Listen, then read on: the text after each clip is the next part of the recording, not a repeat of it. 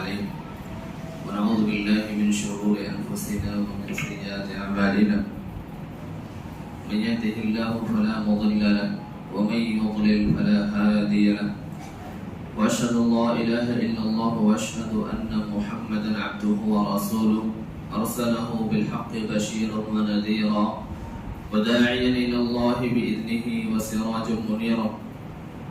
فأعوذ بالله من الشيطان الرجيم من همزه ونفخه ونفسه بسم الله الرحمن الرحيم يا أيها الذين آمنوا اتقوا الله حق تقاته ولا تموتن إلا وأنتم مسلمون يا أيها الناس اتقوا ربكم الذي خلقكم من نفس واحدة وخلق منها زوجها وبث منهما رجالا كثيرا ونساء واتقوا الله الذي تساءلون به والأرحام إن الله كان عليكم رقيبا يا أيها الذين آمنوا اتقوا الله وقولوا قولا سديدا يصلح لكم أعمالكم ويغفر لكم ذنوبكم ومن يطع الله ورسوله فقد فاز فوزا عظيما أما بعد فإن خير الحديث كتاب الله وخير الهدي هدي محمد صلى الله عليه وسلم وشر الأمور محدثاتها وكل محدثة بدعة وكل بدعة ضلالة وكل ضلالة في النار وأعوذ بالله من الشيطان الرجيم قاف والقرآن المجيد بل عجبوا أن جاءهم منذر منهم فقال الكافرون هذا شيء عجيب أئذا متنا وكنا ترابا ذلك رجع بعيد قد علمنا ما تنقص الأرض منهم وعندنا كتاب حفيظ بل كذبوا بالحق لما جاءهم فهم في أمر مريج وقال الله سبحانه وتعالى وقرآن الفجر إن قرآن الفجر كان مشهودا رب اشرح لي صدري ويسر لي أمري واحلل عقدة من لساني يفقه قولي رب زدني علما رب زدنی علما رب زدنی علما. حاضرین جمعہ،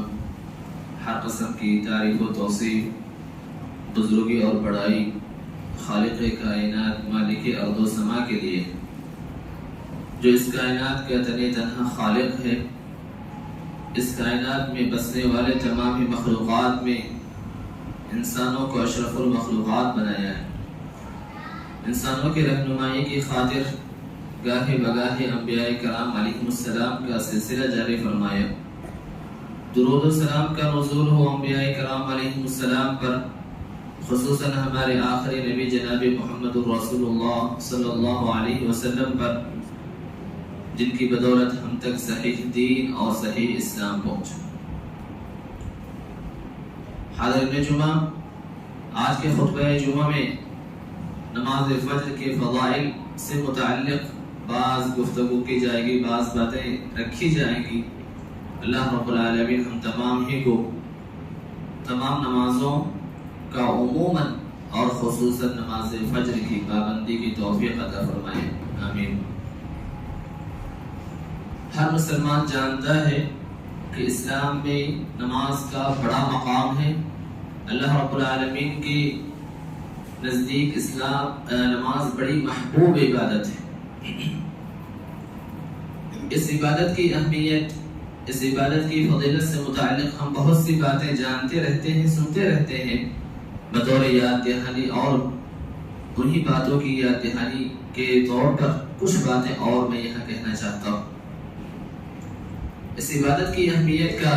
اس نماز جیسی عظیم عبادت کی اہمیت کا اندازہ اس سے لگائیے کہ اللہ رب العالمین نے اس عبادت کو 50 وقتوں کی عبادت کے طور پر فرض قرار دیا تھا. لیکن موسیٰ علیہ السلام کے مشورے سے نبی کریم صلی اللہ علیہ وسلم نے اللہ رب العالمین سے بارہا رجوع کیا، مراجعہ کیا، یہاں تک کہ یہ 50 وقت کی نمازیں 5 وقت کی نمازوں میں تخفیف کر دی گئی، لیکن ثواب 50 نمازوں کے برابر ہی رہا. 50 وقت کی نمازیں فرض قرار دینا اس بات کی دلیل ہے کہ یہ عبادت اللہ رب العالمین کو بہت محبوب ہے. یہ عبادت اللہ کو بہت پسند ہے. یہ عبادت اس قدر عظیم عبادت ہے کہ انسان کی پہنچ جو سب سے اعلیٰ جگہ پہ ہوئی ہے، اور وہ ساتوں آسمان پہ ہے، اس جگہ پہ جا کر کے اس عبادت کی فرضیت ہوئی ہے۔ اس عبادت کی فرضیت کا اندازہ، اس عبادت کی فضیلت اور اہمیت کا اندازہ اس سے بھی لگائیے کہ یہ عبادت بہت ہی اہم رات میں، معراج کی رات میں فرض قرار دی گئی ہے۔ اس عبادت کی اہمیت کا اندازہ اس سے بھی لگائیے کہ اسلامی احکام میں دیگر اور احکام اللہ رب العالمین نے جبرائیل علیہ السلام کے واسطے سے فرض قرار دیا ہے، لیکن یہ عبادت اس قدر اہم اور اس قدر عظیم ہے کہ اللہ رب العالمین نے اس عبادت کو بذات خود فرض قرار دیا ہے۔ اللہ اور نبی کے مابین کوئی واسطہ نہیں ہے اس عبادت کی فرضیت میں۔ اس عبادت کی اہمیت کا اندازہ اس سے بھی لگائیے کہ اللہ کے نبی صلی اللہ علیہ وسلم نے فرمایا کہ نماز ہی وہ عبادت ہے، نماز ہی وہ عبادت ہے جس کا ترک کرنا، جس کا چھوڑنا یہ کفر کی علامت ہے۔ العہد الذی بیننا وبینہم الصلاۃ فمن ترکها فقد کفر، ہمارے مابین اور ان کے مابین جو تمیز کرنے والی چیز ہے، فرق کرنے والی چیز ہے، وہ یہی نماز ہی ہے۔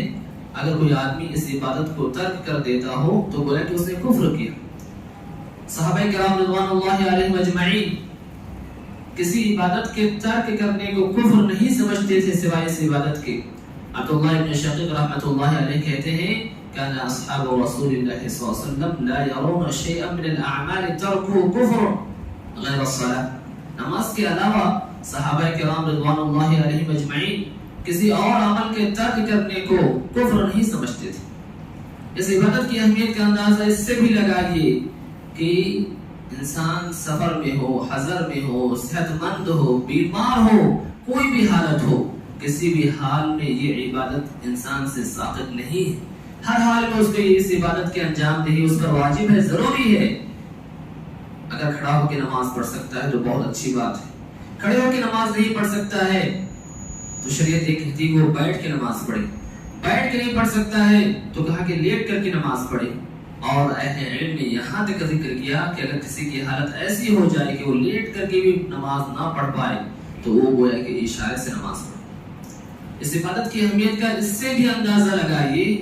کہ حالت جنگ میں جہاں انسانوں کے جان کی کب جان چلے جائے، کب انسان کے اگلے لمحہ میں اس کے ساتھ کیا معاملہ ہونے والا ہے، اس کی کوئی خبر نہیں ہوتی ہے، انسان کو اس کا کوئی اندازہ نہیں ہوتا ہے، لیکن اس کے باوجود اللہ تعالیٰ نے ان پہ اس حالت میں بھی، اس مشکل سے مشکل حالت میں بھی کہا کہ نماز معاف نہیں، چاہے آپ دوڑتے ہوئے نماز پڑھیں، چاہے آپ دشمنی کی نگرانی کرتے ہوئے اس کی طرف دیکھتے ہوئے نماز پڑھیں، اور مختلف طریقے جو جنگ کی وقت نماز پڑھنے کے بتلائے گئے ہیں، اس سے ہمیں یہی اندازہ ہوتا ہے کہ یہ عبادت بہت ہی اہم ہے، بہت ہی فضیلت والی عبادت ہے کہ اس قدر مشکل سے مشکل حالات میں بھی اللہ رب العالمین نے اس عبادت کو معاف نہیں کیا۔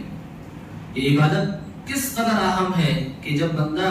7 سال کا ہوتا ہے اسی وقت سے اللہ رب العالمین نے کہا کہ اس وقت سے انسان نماز پڑھنے کا اہتمام کرنا شروع کرے، اس وقت سے نماز پڑھنے کی ہم اپنے بچوں کی تعلیم دیں، اور یہ عمل انسان کے آخری سانس تک جاری رہتا ہے۔ وَاعْبُدْ رَبَّكَ حَتَّى يَأْتِيَكَ الْيَقِينُ، آپ اپنے رب کی وفات آنے تک عبادت کرتے رہیں۔ یہ عبادت اس قدر اہم ہے کہ اللہ کے نبی صلی اللہ علیہ وسلم دنیا سے اپنی آخری سانسیں گن رہے ہیں، آپ کی آخری ایام ہے، آخری لمحات ہیں، ان لمحات میں بھی اگر اللہ کے نبی صلی اللہ علیہ وسلم کو کسی عبادت کی فکر ہے تو اس عبادت کی ہے۔ آپ صلی اللہ علیہ وسلم فرماتے ہیں الصلاۃ وما ملکت ایمانکم، لوگوں نماز کو لازم پکڑ لو، نماز کی پابندی کرنا، نماز کے سلسلے میں کسی قسم کی کوتاہی نہ کرنا، اور جو تمہارے ہاتھوں میں ہے اس کو بھی لازم پکڑ لو، چاہے وہ مال کے سلسلے میں ہو، چاہے وہ اپنے ماتحت کام کرنے والوں کے ساتھ حسن سلوک کی تعلیم ہو۔ اللہ کے نبی صلی اللہ علیہ وسلم نے اس مشکل سے مشکل حالات میں بھی، زندگی کے آخری اوقات چل رہے ہیں، آپ صلی اللہ علیہ وسلم تقریباً غرغرے کے عالم میں پہنچنے والے ہیں، اس کے باوجود اگر آپ کو کسی عبادت کی فکر ہے تو اسی عبادت کی ہے۔ آپ نے آخری الفاظ جو دنیا میں ادا کیے ہیں، اسی عبادت کی تاکید اور اسی عبادت کی اہمیت کی طرف توجہ دلاتے ہوئے آپ نے یہ بات کہی ہے الصلاۃ وما ملکت ایمانکم، یہ سارے امور، یہ ساری باتیں اس بات پر دلالت کرتی ہیں کہ اسلام میں نماز کا بہت ہی اہم مقام ہے، یہ عبادت بہت ہی اہم ہے، ایک مسلمان کی زندگی کا لازمی جز ہے۔ ہر انسان کو، ہر شخص کو، ہر بندہ مومن کو اس عبادت کی بہت ہی زیادہ فکر ہونی چاہیے، اس عبادت کی انجام دہی کے سلسلے میں اس کو بہت ہی زیادہ جو ہے فکر لاحق ہونی چاہیے۔ ہمیشہ وہ اس کی عبادت کے ادا کرنے کے سلسلے میں بہتر سے بہتر طور پر اس کی ادائیگی کی اس کی فکر لاحق ہونی چاہیے، کسی قسم کی غفلت اس عبادت میں نہیں ہونی چاہیے۔ یہ تو تمام ہی نمازوں کے سلسلے میں یہ باتیں ہیں، کوئی بھی نماز ہو وہ اپنی جگہ پہ بہت ہی اہم ہے، بڑی فضیلت والی ہے، احادیث میں عموماً تمام نمازوں کی بڑی فضیلت آئی ہوئی ہے، لیکن فجر کی نماز کا معاملہ ایسا ہے، فجر کی نماز کا وقت ایسا ہے کہ اچھے خاصے لوگ جو عموماً عام وقت کی نماز کی پابندی کرتے ہیں، دیگر نمازوں میں وہ بہت ہی پہلے مسجدوں میں موجود ہوتے ہیں، اور اچھے خاصے لوگ بھی اس عبادت میں یا اس وقت کی نماز میں غفلت کا شکار ہو جاتے ہیں۔ اس وقت کی عبادت میں بہت سے مسلمانوں سے بہت ہی زیادہ غفلت ہوتی ہے، لہذا ان فضائل کو یاد دہانی کرانے کی ضرورت ہے تاکہ ان فضائل کی بنیاد پر ہم اپنے ایمان کو تازہ کریں اور دیگر اوقات کی نمازوں کی طرح اس وقت کی نمازوں کی خصوصی پابندی کریں، اس وقت بھی نمازوں میں ویسے ہی حاضر ہوں جیسے ہم دیگر اوقات کی نمازوں میں حاضر ہوتے ہیں۔ احادیث میں اللہ کے نبی صلی اللہ علیہ وسلم نے اس نماز کی بڑی فضیلت بتلائی ہے، انہی فضائل میں سے ایک فضیلت یہ ہے کہ آپ صلی اللہ علیہ وسلم نے فرمایا جو شخص فجر کی نماز کی اور عشاء کی نماز کی باجماعت پابندی کرتا ہے، ایسے شخص کے لیے قیام اللیل کا ثواب لکھا جاتا ہے، تہجد پڑھنے کا ثواب لکھا جاتا ہے۔ آپ صلی اللہ علیہ وسلم فرماتے ہیں من صلی العشاء فی جماعت فکأنما قام نصف اللیل ومن صلی الفجر فی جماعت فکأنما صلی اللیل کلہ۔ جس آدمی نے عشاء کی نماز جماعت کے ساتھ پڑھی تو گویا کہ اس نے آدھی رات قیام کرنے کا ثواب پا لیا، اور جس آدمی نے فجر کی نماز باجماعت ادا کی گویا کہ اس نے پوری رات نماز پڑھنے کا ثواب حاصل کر لیا۔ تہجد کی نماز کا اپنی جگہ بڑا مقام ہے۔ تہجد کی نماز اللہ کے نبی صلی اللہ علیہ وسلم نے ہمیشہ زندگی بھر اس عبادت کی پابندی کی ہے۔ صلحاء نیک لوگ فرض نمازوں کے ساتھ ساتھ اس نماز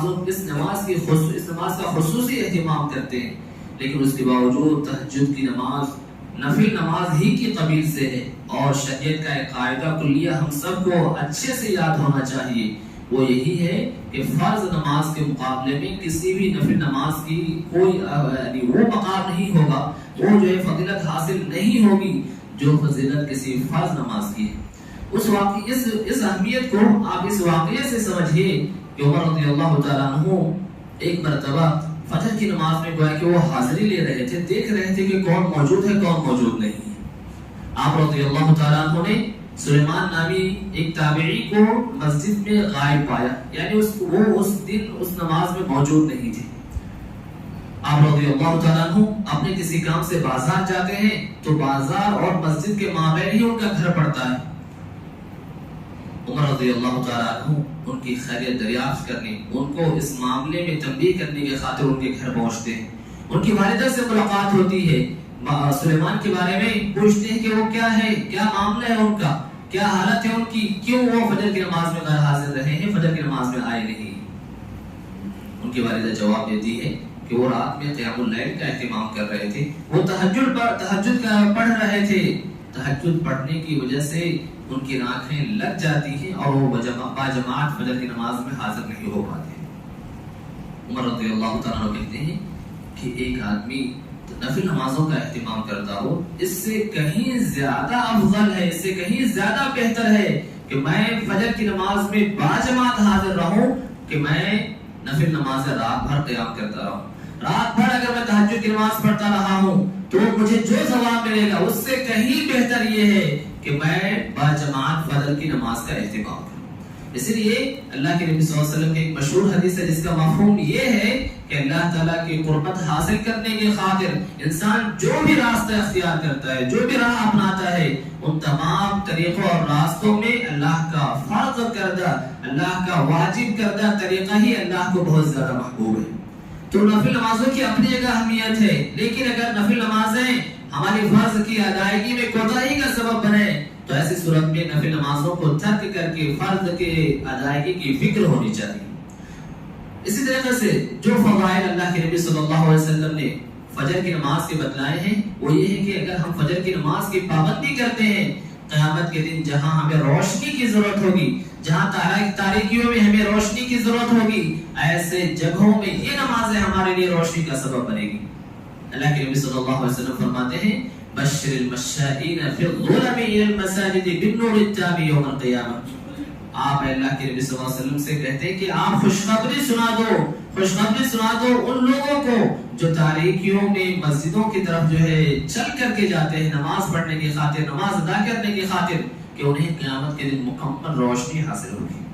تاریکیوں میں جانے کا مطلب یہ نہیں ہے کہ آدمی اندھیرے ہی میں جائے، تاریکی میں جانے کا مقصد اور مفہوم یہ ہے کہ جو رات کی نمازیں ہوتی ہیں، جو اندھیرے کے وقت کی نمازیں ہوتی ہیں، ان نمازوں کے لیے چل کر کے جانا اور نمازوں کا اہتمام کرنا، یہ انسان کے لیے کل قیامت کے دن روشنی کا سبب بنے گا۔ اور ہمیں کل قیامت کے دن بالخصوص صراط مستقیم کو پار کرنے کی خاطر روشنی کی ضرورت ہے۔ صراط مستقیم کو اندھیرے پہ نصب کیا جائے گا اور جہنم پہ نصب کیا جائے گا۔ ہم جانتے ہیں کہ انسان اپنے اعمال کے مطابق نہایت ہی تیزی سے گزرتے جائیں گے، اور جس کا عمل جتنا ہی عمدہ ہوگا وہ اپنے عمل کے مطابق وہاں پہ جو ہے صراط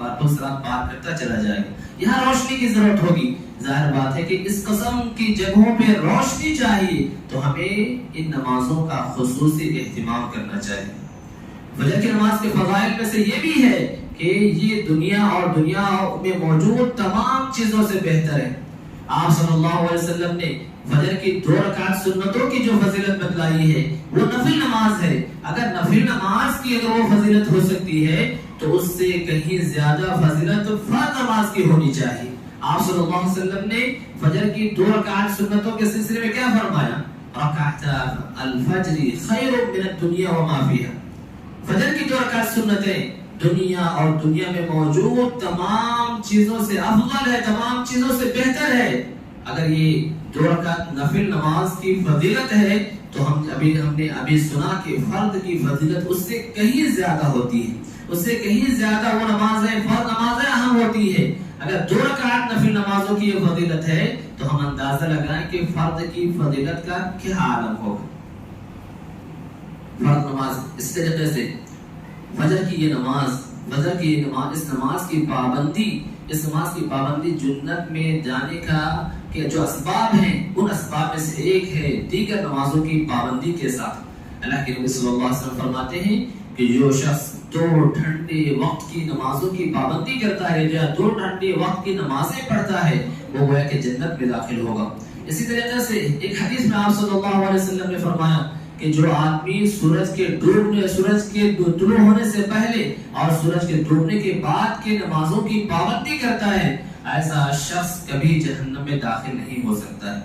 ایسا شخص جہنم میں جائے گا نہیں۔ مطلب یہ ہوا کہ ان نمازوں کا اہتمام کرنا، ان نمازوں کی پابندی کرنا، فجر کی نماز ہو اور اس روایت کے اعتبار سے مغرب کی نماز ہو، ان دونوں نمازوں کی پابندی ہمیں دیگر نمازوں کے اہتمام کے ساتھ ساتھ جنت میں لے جانے والی اور جہنم سے نجات دلانے والی ہے۔ اور ہر شخص کو قیامت کے دن جہنم سے نجات کی ضرورت ہے اور جنت میں داخلے کی ضرورت ہے، لہذا ہمیں ان نمازوں کا خصوصی اہتمام کرنا چاہیے۔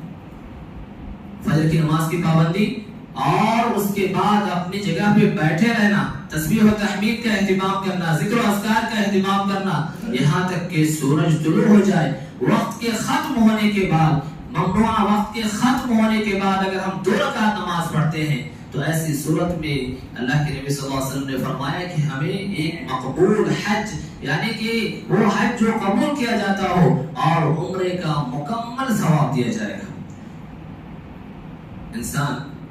حج اور عمرے کی سعادت حاصل کرنے کی خاطر بہت ہی زیادہ مال و دولت خرچ کر کے پہنچتا ہے، لیکن اللہ کے نبی صلی اللہ علیہ وسلم نے ہمیں یہ طریقہ بھی بتلایا ہے کہ اگر ہم اس ثواب کو پانا چاہتے ہیں، حج کے ثواب کو پانا چاہتے ہیں، عمرے کے ثواب کو پانا چاہتے ہیں، تو گویا کہ اللہ تعالیٰ جس کی ہمتیں اونچی کرے وہ روزانہ بھی یہ ثواب پا سکتا ہے۔ اسی طریقے سے کم انسان کی کوشش ضرور ہونی چاہیے کہ وہ مہینے میں، ہفتے میں، کم سے کم جو ہے سال میں یا حسب استطاعت ضرور اس بات کی کوشش کرے کہ وہ فجر کی نماز پڑھنے کے بعد اپنے جگہ پہ بیٹھا رہے، ذکر و اذکار کا اہتمام کرے، قرآن کی تلاوت کا اہتمام کرے، سورج کے طلوع ہونے کے 10 سے 15 منٹ کے بعد 2 رکعت نماز پڑھ لے تو گویا کہ مکمل حج اور عمرے کا ثواب پا سکتے ہیں۔ کتنی بڑی فضیلت ہے، کتنی بڑی فضیلت ہے۔ ہم اس فضیلت کو پانے کی خاطر ضرور کوشش کریں، یا تو روزانہ کوشش کریں یا ہفتے میں کوشش کریں۔ اللہ تعالیٰ اس کی ضرور ہمیں توفیق عطا فرمائے۔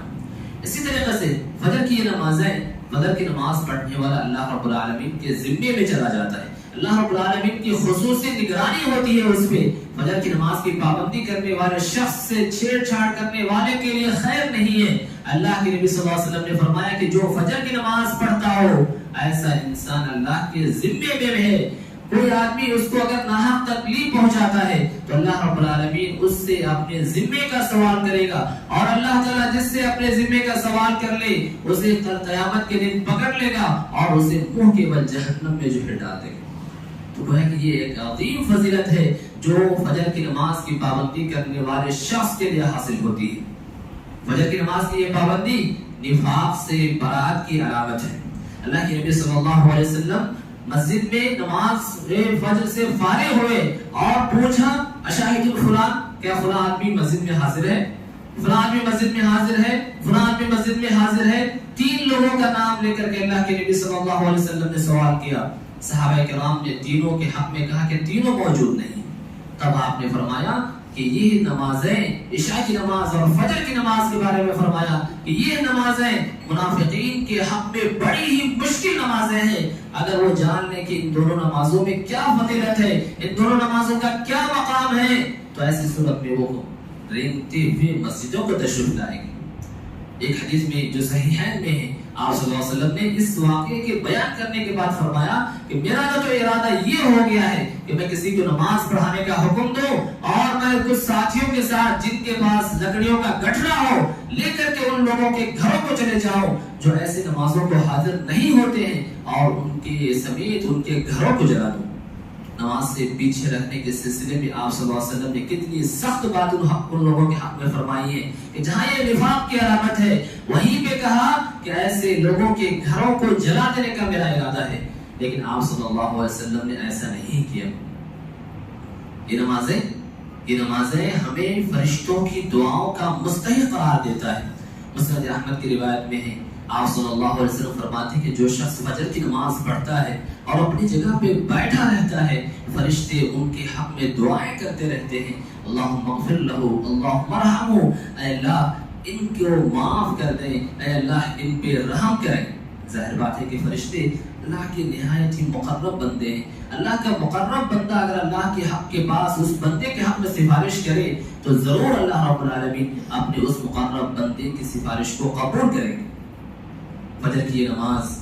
شیطان کا گرہ کھلنے کا ذریعہ ہے۔ مشہور حدیث ہے، آپ صلی اللہ علیہ وسلم نے فرمایا کہ جب بندہ سو جاتا ہے تو شیطان ہر انسان کے گردن پہ 3 گانٹھ لگاتا ہے۔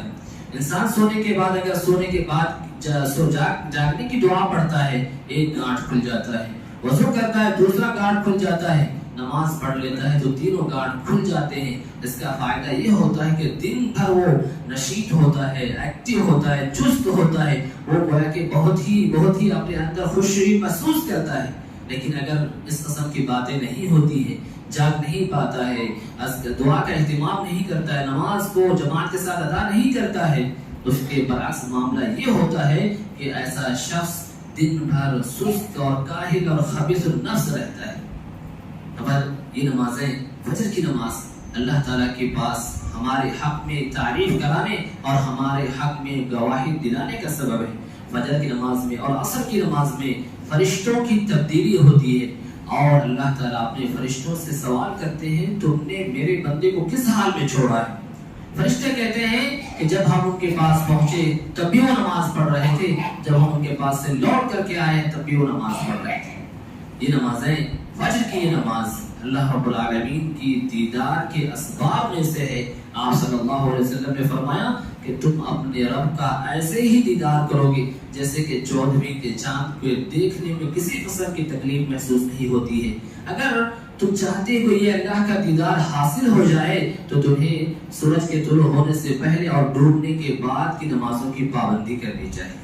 یہ سارے فضائل اس بات پر دلالت کرتے ہیں کہ یہ نماز اور بالخصوص فجر کی نماز اللہ کے پاس بہت ہی اونچا مقام رکھتا ہے۔ اللہ کے پاس اس نماز کی بڑی اہمیت ہے، لیکن ہم میں سے بہت سے لوگوں سے اسی نماز میں غفلت ہوتی ہے۔ بہت سے لوگ یہ بہانہ کرتے ہیں کہ ہم اس وقت جاگ نہیں پاتے ہیں۔ اللہ کے نبی صلی اللہ علیہ وسلم نے ہماری رہنمائی اس معاملے میں بھی کی ہے کہ ہم کیسے فجر کے وقت بآسانی جاگ سکتے ہیں۔ بہت سی ترکیبیں اہل علم نے ذکر کی ہیں، ان میں سے ایک مشہور ترکیب یہ ہے کہ آپ صلی اللہ علیہ وسلم کے بارے میں ہم سنتے اور جانتے ہیں کہ آپ صلی اللہ علیہ وسلم عشاء کے بعد فوراً سو جانے کا اہتمام کرتے تھے۔ آپ صلی اللہ علیہ وسلم عشاء کے بعد فوراً سو جایا کرتے۔ اگر آپ کو کوئی کام نہ ہوتا، غیر ضروری باتوں میں آپ وقت ضائع نہیں کیا کرتے تھے، اپنا ٹائم پاس نہیں کیا کرتے تھے، رات دیر تک جاگنا آپ کی یہ عادت نہیں تھی۔ ہم میں سے ہر شخص اس مسئلے میں اپنی عادت کا جائزہ لے کہ وہ نبی کریم صلی اللہ علیہ وسلم کی سنت کا کتنا پابند ہے، کتنی اس کی زندگی میں آپ صلی اللہ علیہ وسلم کی اس سنت کا اہتمام ہے۔ ظاہر بات ہے کہ آدمی جب عشاء کے بعد فوراً سو جائے گا، نیند بآسانی مکمل ہو جائے گی، تہجد کے لیے بھی جا سکتا ہے۔ اگر نہ جاگ پایا تو فجر کی نماز کے لیے بآسانی وہ وقت پہ جاگا ہوا موجود ہوگا۔ اسی طریقے سے وہ ترکیب جس کی بنیاد پر انسان بآسانی فجر میں جاگ سکتا ہے کہ اگر دن میں اس کو قیلولہ کرنے کی توفیق ملی تو کم سے کم جتنے وقت کے لیے وہ قیلولہ کر سکتا ہے کم سے کم اس کا اہتمام کرے۔ اس سے جو نیند کے کا حصہ ہوگا وہ کچھ نہ کچھ حصہ ضرور مکمل ہوگا اور انسان فجر میں بآسانی جاگ پائے گا۔ اسی طریقے سے ہم اپنے ایمان کو، اپنے یقین کی کیفیت کو مضبوط کریں، اپنے یقین کی کیفیت کو جو ہے تقویت دیں کہ اگر یہ ایمان اور یقین کی کیفیت اگر ہمارے یہاں موجود ہے، مضبوط ہے، تو ایسی صورت میں ہم بآسانی جاگ سکتے ہیں۔ ہم میں سے بہتوں کو یہ تجربہ ہوا ہوگا کہ رات کے آخری حصے میں اگر سفر کرنا ہو یا رات کے آخری حصے میں کسی کے استقبال کرنا ہو تو ایسی صورت میں یا تو ہمیں نیند ہی نہ آئے، اور اگر نیند آ بھی جائے تو وقت سے پہلے ہی 12 انسان کی نیند کھلتی رہتی ہے۔ اگر واقعی اس قسم کی اگر ہمیں فکر ہو کہ ہمیں فجر کی پابندی کرنی ہے تو ضرور انسان انشاءاللہ وہ اس وقت پہ ضرور جاگ جائے گا۔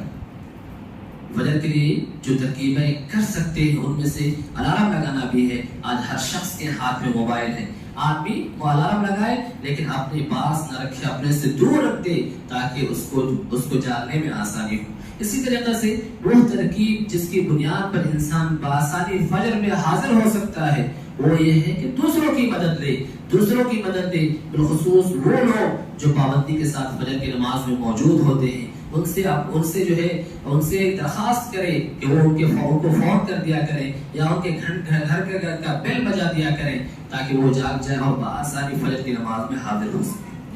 اور اسی طریقے سے ان وسائل کو اپنانے کے ساتھ ساتھ اللہ رب العالمین سے توفیق کا بھی طلب کرے، کیونکہ اللہ جب توفیق نہ دے تو انسان کو توفیق نہیں مل سکتی ہے۔ لہذا ہم ان تمام وسائل کو اختیار کریں، ان فضائل کو اپنے ذہن میں رکھیں اور ان فضائل کو پانے کی خاطر ضرور ہر قسم کے وسائل کو اختیار کر کے اس نماز میں حاضر ہو کر کے ان فضائل کے ہم مستحق قرار پائیں۔ اللہ رب العالمین سے دعا ہے کہ اللہ تعالی ہمیں ضرور اس کی توفیق دے۔ آمین۔ سبحان ربک رب العزت